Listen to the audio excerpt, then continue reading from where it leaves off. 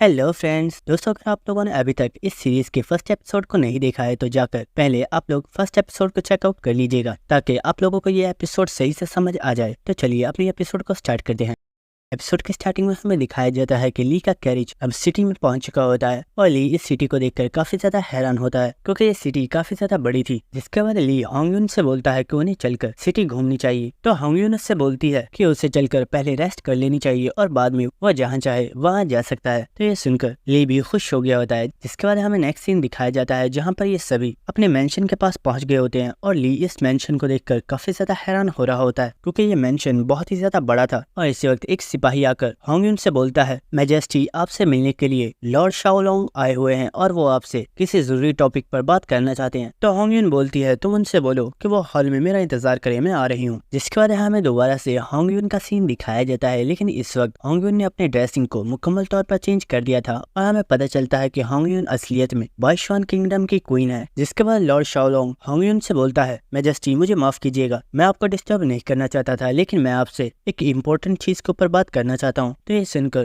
होंगयुन बोलती है, बताइए आप आखिर किस चीज के बारे में बात करना चाहते हैं। और इसी के साथ हमें वहाँ पर ली और उसकी मास्टर को दिखाया जाता है जो कि यहाँ पर आ गए होते हैं और ली अपनी मास्टर से पूछ रहा होता है आखिर ये पर्सन है कौन और ये यहाँ पर क्यों आया है। तो शाओबिंग उसे बताती है, हमारे किंगडम में दो नॉन इम्पीरियल वॉरियर्स हैं जिनमें से एक का नाम लॉर्ड शाओलिन और दूसरे का नाम लॉर्ड शाओलोंग है और लॉर्ड शाओलिन तुम्हारे फादर है और ये दो ऐसे लोग हैं जिनके पास क्वीन के बाद सबसे ज्यादा पावर है। जिसके बाद हम लॉर्ड शाओलोंग को देखते हैं जो कि होंगयुन से बोल रहा होता है, मैं चाहता हूँ कि आप ली से उसके टाइटल लॉर्ड शाओलिन को वापस ले लें क्योंकि वो किसी भी काम का नहीं है। यहाँ तक कि उसने तो कभी मार्शल आर्ट प्रैक्टिस भी नहीं की और उसने कभी भी अपनी जिम्मेदारियों को नहीं समझा। इसलिए मैं चाहता हूँ कि आप उसे इस टाइटल से हटाकर ये टाइटल किसी एक ऐसे पर्सन को दे जो कि इसके लायक है। और ये सुनकर ली बोल रहा होता है, जब मैंने इस पर्सन की शक्ल देखी थी तो मुझे तभी लगा था कि इसके इरादे कुछ ठीक नहीं है, लेकिन ये तो मुझे ही यहाँ से निकलवाना चाहता है। जिसके बाद हमें होंगयुन को दिखाया जाता है जो कि लॉर्ड शाओलोंग से बोल रही होती है, क्या आप जानते हैं आप क्या कह रहे हो? लॉर्ड शाओलिन वो पर्सन है जिन्होंने मेरी जान बचाई थी और उन्हीं की वजह से आज मैं जिंदा हूँ और आप चाहते हो कि मैं उनके बेटे से उनका टाइटल वापस ले लूं और अगर मैंने ऐसा कर भी दिया तो इस किंगडम के लोग ही मुझे यहाँ से निकाल देंगे। तो ये सुनकर वो पर्सन बोल रहा होता है, मैजेस्टी मैं जानता हूँ ली को ये टाइटल इसी वजह से दिया गया है क्योंकि वो लॉर्ड शाओलिन का बेटा है, लेकिन ली इस टाइटल के बिल्कुल भी काबिल नहीं है और मुझे तो लगता है कि उसे शायद मार्शल आर्ट से डर लगता है, इसी वजह से उसने कभी भी कल्टिवेशन प्रैक्टिस नहीं की। इसलिए मैं चाहता हूँ कि इस टाइटल को किसी एक ऐसे पर्सन को दिया जाए जो कि इसके काबिल हो। लेकिन होंगयुन को इस पर्सन के ऊपर काफी ज्यादा गुस्सा आ गया होता है और वो उसे खामोश हो जाने के लिए बोलती है। लेकिन इसी वक्त हम देखते हैं कि वहाँ पर ली भी आ गया होता है जो कि बोलता है, लॉर्ड शाओलोंग आपको मेरी बहुत ही ज्यादा परवाह हो रही है, लेकिन आपको मेरी फिक्र करने की जरूरत नहीं है क्योंकि मैं अपनी हिफाजत कर सकता हूँ और क्योंकि आपका प्रमोशन भी होने वाला है, इसलिए आपको अपनी ही परवाह करनी चाहिए। तो ये सुनकर वो पर्सन बोलता है, ली आज तो आप बहुत ही ज्यादा अच्छे मूड में लग रहे हो, लेकिन आप आज इस हॉल में क्या कर रहे हो? तो ये सुनकर ली बोलता है, मैं यहाँ पर इसलिए आया हूँ कि मैं देख सकूँ आखिर कौन सा पर्सन है जो मेरे पीछे से मुझे धोखा देने के बारे में सोच रहा है। जिसके बाद होंगयुन बोलती है, लॉर्ड शाओलोंग आपको फिक्र करने की जरूरत नहीं है, ली अब जवान हो चुका है और अब वो इस बार होने वाले लॉर्ड्स ट्रायल में हिस्सा लेने वाला है और अगर ली लॉर्ड्स ट्रायल के 3 ट्रायल को पास कर लेता है तो उससे